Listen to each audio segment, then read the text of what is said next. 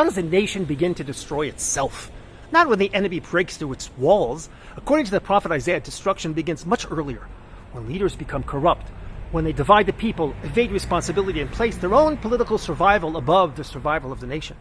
This week on Shabbat Chazon, we read Isaiah's chilling condemnation of the leaders of his day. They attended the temple, offered sacrifices, observed Shabbat, and raised their hands in prayer. Yet God says, though you offer many prayers, I will not listen. Your hands are full of blood.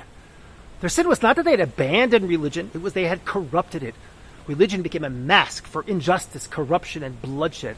They placed power, personal interest, and political survival above justice, responsibility, and human life.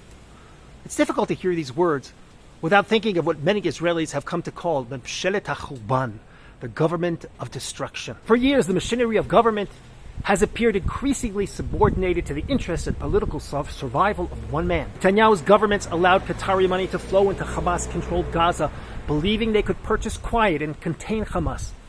During the judicial overhaul, security officials warned that the government was tearing Israeli society apart and projecting weakness to our enemies. Along the Gaza border, young female surveillance soldiers repeatedly warned that Hamas was preparing for war. Their warnings were dismissed. The army and intelligence services undoubtedly bear grave responsibility for the massacre of October 7th. But the prime minister who strengthened Hamas and built his political reputation on security, and who has led Israel for most of the past 16 years, bears at least as much responsibility. Yet to this day, he has still not accepted it, nor has he established an independent state commission of inquiry. Meanwhile, reservists have served for hundreds of days. They've sacrificed their careers, their families have placed their lives on the line again and again. And this past Tuesday, the Knesset passed legislation barring the arrest and prosecution of Haredi draft evaders.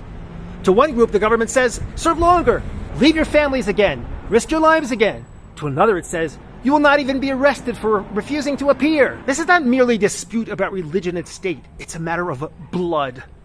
At a time of severe military need, the government has chosen coalition survival over national security and over the lives of our soldiers.